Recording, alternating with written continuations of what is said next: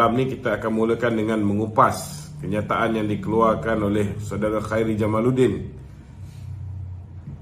yang sebelum ini mengatakan bahawa BN akan bungkus di ke-6 buah negeri. Maknanya dalam arti kata lain, beliau mengatakan bahawa peluang untuk gandingan di antara Barisan Nasional Kerajaan Perpaduan untuk memenangi di 6 buah negeri ini tidak mungkin akan dapat berjaya, dan beliau menjangkakan BN hanya akan memenangi 2 atau 3 kerusi saja. Tetapi hari ini beliau telah mengeluarkan kenyataan mengatakan bahawa beliau akan bertanding di Selangor. Dia akan bertanding di Selangor dan bukan di Negeri Sembilan, tuan-tuan. Ini jelas membuktikan, saudara, bahawa apa yang beliau ungkapkan sebelum ini, bahawa BN akan kalah, Kerajaan Perpaduan ini akan kalah di kesemua 6 negeri. Beliau sendiri pun tak yakin, kerana ternyata beliau menipu diri sendiri, tuan-tuan. Kenapa saya kata beliau menipu diri sendiri, cuba meyakinkan diri sendiri dengan penipuan yang dia buat? Kerana kalau guna otak yang waras, tuan-tuan, ketika BN bertanding bersendirian, daripada 8 kerusi parlimen di Negeri Sembilan, BN berjaya memenangi 5 kerusi. Hanya 3 kerusi BN tak menang, tuan-tuan. Terutamanya di kawasan-kawasan yang bukan Melayu, macam Seremban. Ini ya parlimen-parlimen yang di AP menang. Takkanlah BN boleh menang kat situ sebab UMNO tak bertanding di situ, saudara. Dan parti komponen kita yang lain yang menentang DAP gagal untuk menarik sokongan masyarakat bukan Melayu khususnya. Jadi saya nak beritahu dengan tuan-tuan, ini jelas membuktikan bahawa Khairi Jamaluddin yang mengeluarkan kenyataan mengatakan bahawa BN dan Kerajaan Perpaduan akan bungkus di ke-6 buah negeri ini, saudara, adalah satu kenyataan yang menipu diri sendiri. Itu sebabnya walaupun family dia orang Negeri Sembilan dan sebagainya, beliau tidak mahu bertanding di Negeri Sembilan. Kalau nak ikutkan, patut dia bertandinglah atas tiket Perikatan Nasional di Negeri Sembilan dan menjadi Menteri Besar di Negeri Sembilan. Dia kalau bertanding DUN ni, tuan-tuan, dia takkan bertanding hanya untuk menjadi wakil rakyat biasa, kan? Dia akan bertanding sekiranya dia yakin dia boleh menjadi Menteri Besar. Patut dia bagilah norma tu untuk menjadi Menteri Besar dekat Selangor. Tetapi dia mengambil keputusan untuk bertanding di Negeri Selangor, bukan di Negeri Sembilan. Itu je jelas menunjukkan bahawa potensi untuk Kerajaan Perpaduan memenangi Negeri Sembilan, belum cerita lain ni. Kalau ikut saya ni, saudara, saya boleh jamin dengan tuan-tuan, Negeri Sembilan, Negeri Selangor dan Pulau Pinang confirm Kerajaan Perpaduan akan menang dengan mudah. Sebabnya, tuan-tuan, contohnya Negeri Sembilan tadi. Negeri Sembilan ni, saudara, BN memenangi 5 daripada 8 kerusi. Dan yang contohnya macam Seremban, itu dimenangi oleh DAP. Kalau kita bersendirian pun kita boleh menang 5 daripada 8 kerusi. Apatah lagi selepas ini gandingan antara undi yang diperolehi oleh Barisan Nasional dicampurkan dengan undi Pakatan Harapan, yang mendapat sokongan lebih kurang 97 hingga 98% masyarakat Tionghoa, dan juga mendapat sokongan majoriti masyarakat bukan Melayu yang lain.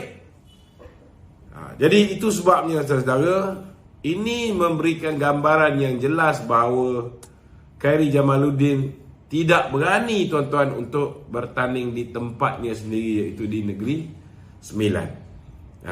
Saya tak nampaklah Muhyiddin Yassin tak boleh memberikan beliau kursi. Tak kira lah nak bertanding ni, dia nak masuk bersatu ke, dia nak masuk PAS ke, nak jadi Mursyidul Am PAS pun saya rasa PAS tak ada masalah nak bagi laluan kepada Khairi Jamaluddin. Tetapi bila dia tak berani untuk bertanding di sana, kalau itu hari pilihan raya, dia boleh kata dia terpaksa bagi laluan kepada Tok Mat, kerana Tok Mat ialah ketua UMNO bahagian. Tetapi kalau dia bukan lagi bersama dengan UMNO, dia tak ada masalah. Dia nak lawan Tok Mat kat rantau pun boleh. Tapi saya tak fikirlah Tok Mat akan mengekalkan kursi rantau. Dia dah jadi ahli parlimen, dah jadi menteri pertahanan, kan. Tentu dia nak letak orang lain untuk bertanding di rantau. Tetapi saudara, kedudukan terkini Khairi Jamaluddin yang nak bertanding di Selangor ini jelas menunjukkan bahawa kenyataan yang beliau keluar mengatakan bahawa BN dan Kerajaan Perpaduan akan kalah 6-0, akan bungkus di 6 buah negeri, adalah satu cerita tahayul yang dia sendiri tidak percaya. Itu sebab dia tak nak bertanding di Negeri Sembilan, tuan-tuan. Itu mukadimah saya pada malam ini. Saya yakin banyak persoalan-persoalan yang boleh dibangkitkan berdasarkan tajuk kita pada malam ni. Tuan-tuan yang ada sebarang soalan, boleh ajukan soalan tuan-tuan di talian 011 35954044 011 35954044. Silakan Saudara Wan Kuris. Saudara Man. Ya tak. Nohoma juga tanya hari ni kan, dia katakan bahawa UMNO bakal kalah PRN kerana di kawasan kursi Majoriti Melayu kerana berkawan dengan DAP. Ya.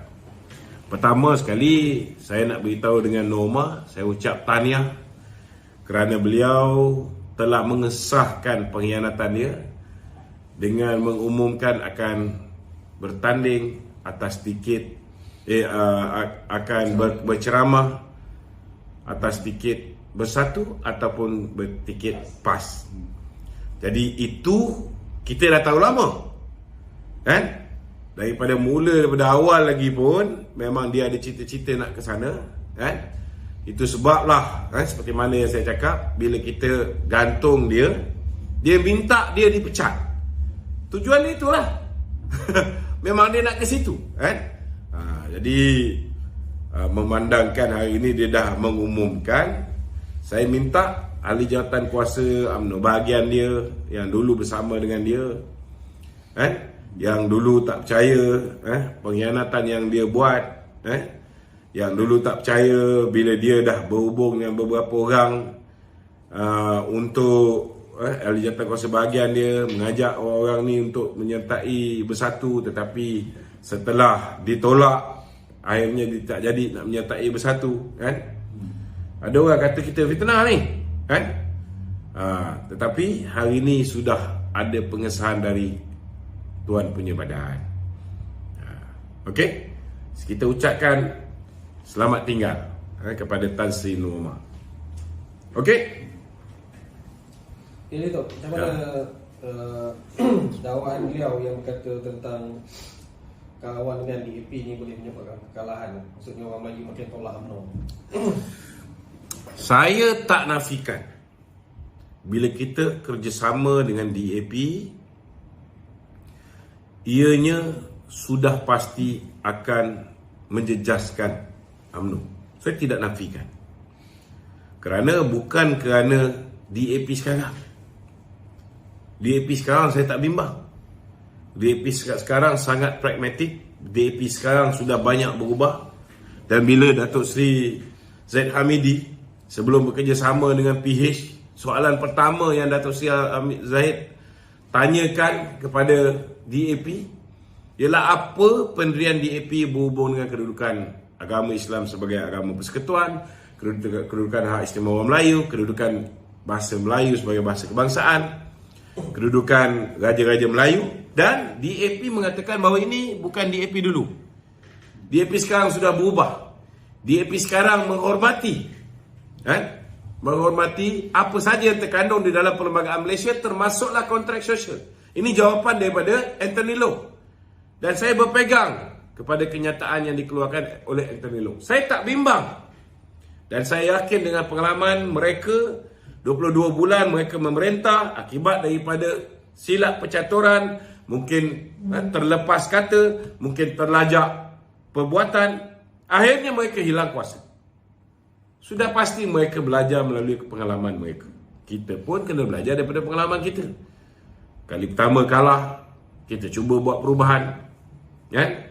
Tetapi mungkin kita tidak tegas dalam menangani musuh-musuh dalam selimut. Akibatnya, musuh-musuh dalam selimut ini sabotaj parti, membantu musuh kita lengahkan pilihan raya, kan? Akhirnya kita dikalahkan buat kali kedua, lagi teruk. Lepas pilihan raya baru kita nak belajar melalui kesilapan kita, baru nak ambil tindakan yang tegas. Alhamdulillah, it's better late than never. Pemimpin yang pragmatik, dia akan buat perubahan mengikut keadaan semasa. Mula-mula kita berlembut, tetapi ada masanya kita kena berkeras. Ini kena faham, kan? Jadi saya tak bimbang bahawa DAP akan memberikan masalah kepada UMNO, akan menyebabkan orang Melayu hilang kepercayaan. DAP sekarang takkan melakukan perkara ini kerana UMNO ada di situ. Kita akan pastikan bahawa mereka akan menghormati satu sama lain. Dan kita tidak akan membiarkan mereka bertindak melampaui batas. Kalau ada orang macam Ramasamy contohnya, mengeluarkan kenyataan-kenyataan yang melampau, kita bantai.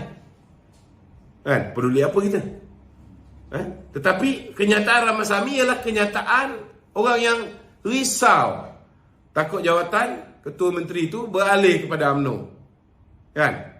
Jadi kita faham sangat. Jadi jangan anggap kenyataan Ramasamy yang mengeluarkan kenyataan-kenyataan mengutuk Presiden UMNO adalah kenyataan DAP. Tidak. Itu tidak mewakili. Yang saya bimbang ialah kerana dah terlalu lama minda orang-orang Melayu ini ditanam dengan kebencian terhadap DAP daripada Mahathirnya, dan kita pun dulu pun sama juga percaya dengan Mahathir, sama-sama menyemarakkan benda ni. Ini kita kena terima hakikat. Dan DAP pun DAP dulu pun kena juga mengakui bahawa mereka kadang-kadang pun mengeluarkan kenyataan-kenyataan yang membuat orang Melayu marah. Jadi nak yakinkan dalam tempoh daripada sekarang, tinggal lebih kurang 4 bulan hingga 5 bulan sebelum pilihan raya negeri, bukan satu benda yang mudah. But we are going to take this challenge. Kita akan cuba yakinkan orang Melayu bahawa DAP sekarang tak macam DAP dulu. Dan kalau DAP kembali pada yang lama, we are going to be here to protect the Malay interest. Ini kita akan yakinkan. Tapi bukan mudah. Apa yang Noh cakap tu ada sedikit betul.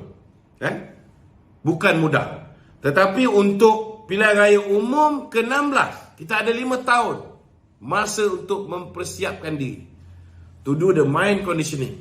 Untuk betulkan balik persepsi orang Melayu terhadap kerajaan perpaduan. Saya yakin kita boleh buat benda ni. Saya yakin kerajaan di bawah pimpinan gandingan antara Datuk Seri Anwar Ibrahim, Datuk Zahid dan juga Datuk Seri Fadilah, kita boleh yakinkan orang Melayu. But we need time. Sebab orang Melayu akan teliti sepanjang tempoh 5 tahun ini, betul ke UMNO boleh jaga kepentingan orang Melayu bila dia dah bersama dengan DAP. Mereka akan tengok, teliti. Mungkin nak buktikan dalam tempoh 4 bulan ni tak cukup masa. Sebab kebencian terhadap DAP dulu ni belum boleh dihakis dengan sekelip mata. Ianya satu cabaran yang perlu digalas oleh kepimpinan UMNO yang baru nanti, insyaAllah. And we are going to take this challenge. Okay?